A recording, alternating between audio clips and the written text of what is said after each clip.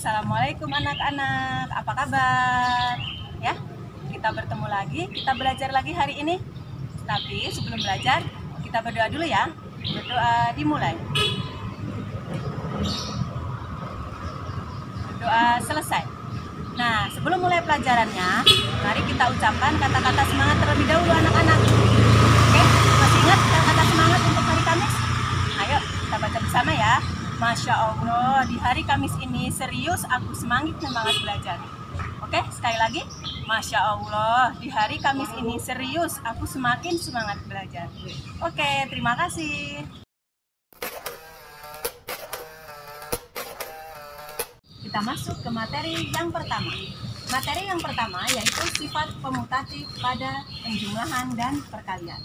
Sifat komutatif dalam operasi pembilangan bulat hanya berlaku untuk penjumlahan dan perkalian, ya. Jadi diingat, tidak boleh dipakai untuk pengurangan dan pembagian. Jadi sifat komutatif atau pertukaran itu tidak boleh untuk pengurangan dan pembagian. Kita langsung ke contoh. 12 ditambah 15 sama dengan, kita tukar posisinya. 15 ditambah 12. 12 ditambah 15, berapa hasilnya? 12 ditambah 15 hasilnya 27. Selanjutnya 15 ditambah 12 hasilnya berapa? 15 ditambah 12 hasilnya pun sama, 27. Jadi sifat pertukaran komutatif bisa dipakai di penjumlahan. Selanjutnya untuk perkalian, 8 dikali negatif 7 sama dengan negatif 7 dikali 8. Coba, yang depan hasilnya berapa? 8 dikali negatif 7 hasilnya negatif 56. Sedangkan negatif 7 dikali 8 negatif 56. Ya, sudah cukup. Intinya untuk komutatif atau pertukaran hanya bisa dipakai untuk penjumlahan dan perkalian. Terima kasih.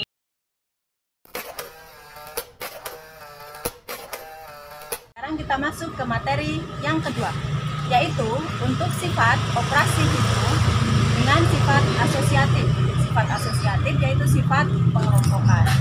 Sifat asosiatif juga berlaku untuk penjumlahan dan perkalian. Jadi untuk sifat asosiatif hanya berlaku untuk penjumlahan dan perkalian. Sebagai contoh, 12 ditambah kurung buka 8 ditambah 7 sama dengan 12 kurung buka ditambah 8 kurung tutup ditambah 7.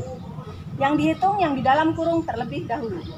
Berarti sama dengan 12 ditambah 8 tambah 7. 8 tambah 7 itu 15. Akan senilai dengan 12 tambah 8. 12 tambah 8 yaitu 20. Ditambah yang dalam kurung kita hitung terlebih dahulu, 7-nya kita pindahin. 12 tambah 15 hasilnya 27. Sedangkan 20 ditambah 7 juga hasilnya 27. Jadi sifat asosiatif berlaku untuk penjumlahan. Selanjutnya contoh sifat asosiatif untuk perkalian. Sama, yang kita kerjakan yang di dalam kurung terlebih dahulu. Berarti 5 dikali 2 kali 8. 2 kali 8 berapa? 16. Akan sama dengan 5 dikali 2. Kita hitung terlebih dahulu. 10 dikali 8. 5 dikali 16 berapa?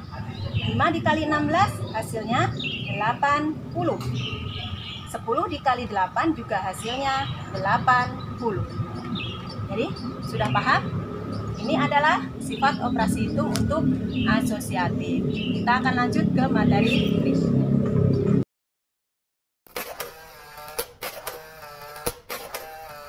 Kita masuk ke sifat yang ketiga. Sifat yang ketiga yaitu sifat distributif atau sifat penyebaran. Sifat distributif ini berlaku untuk perkalian, untuk penjumlahan dan perkalian untuk pengurangan, ya. Kita coba langsung bagaimana sifat distributif itu. Sifat distributif atau penyebaran contohnya seperti ini, ya. 10 dikali kurung buka 5 ditambah 9 kurung tutup Ini akan sama jika disebar atau didistributifkan menjadi 10 dikali 5 terlebih dahulu. Kemudian ditambah 10 dikali 9. 10-nya dikali 9. Kita hitung satu persatu dari kiri. Kalau ada yang seperti ini, kita kerjakan yang di dalam kurung. Berarti 10 dikali 5 tambah 9. 5 tambah 9 yaitu 14. Akan sama dengan 10 kali 5. 10 kali 5 berapa? 50. Ditambah 10 kali 9. 10 kali 9 yaitu 90. 10 dikali 14 hasilnya 140. Sama dengan 50 ditambah 90 hasilnya juga sama 140. Ini untuk contoh yang pertama. Contoh yang kedua yaitu sifat distributif perkalian untuk pengurangan.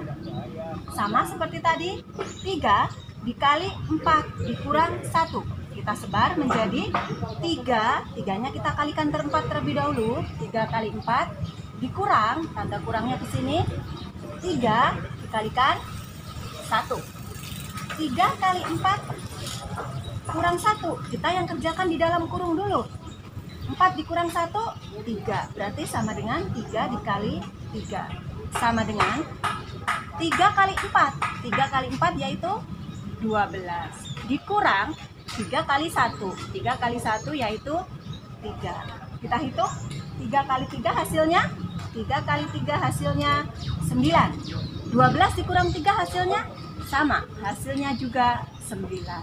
Jadi ini untuk sifat distributif berlaku untuk perkalian terhadap penjumlahan dan perkalian terhadap pengurangan ya. Untuk yang ketiga cukup sampai di sini. Kita lanjut materi berikutnya.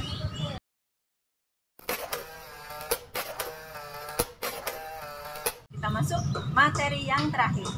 Ya, sebelum masuk materi yang terakhir, siapkan buku paketnya. Kita buka halaman 23. Materi operasi hitung campuran bilangan bulat. Nanti di situ ada aturan-aturannya ya. Aturan dalam operasi campuran bilangan bulat bisa ditandai pakai stabilo. Yang pertama yaitu operasi hitung yang berada di dalam tanda kurung dikerjakan terlebih dahulu.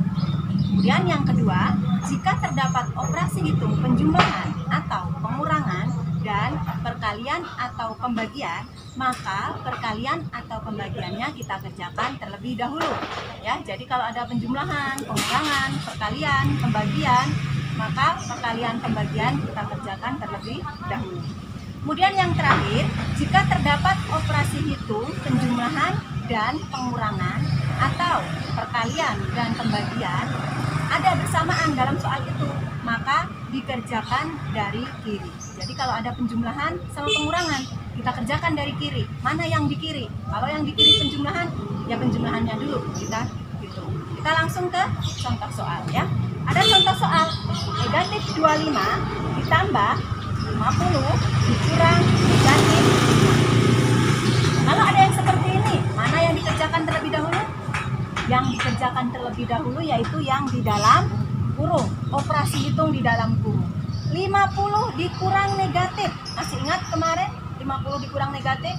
Dikurang negatif itu akan sama dengan ditambah. 50 dikurang negatif 5 hasilnya sama aja dengan 50 ditambah 5. Hasilnya 55. Dan ini kita pindahkan saja terlebih dahulu.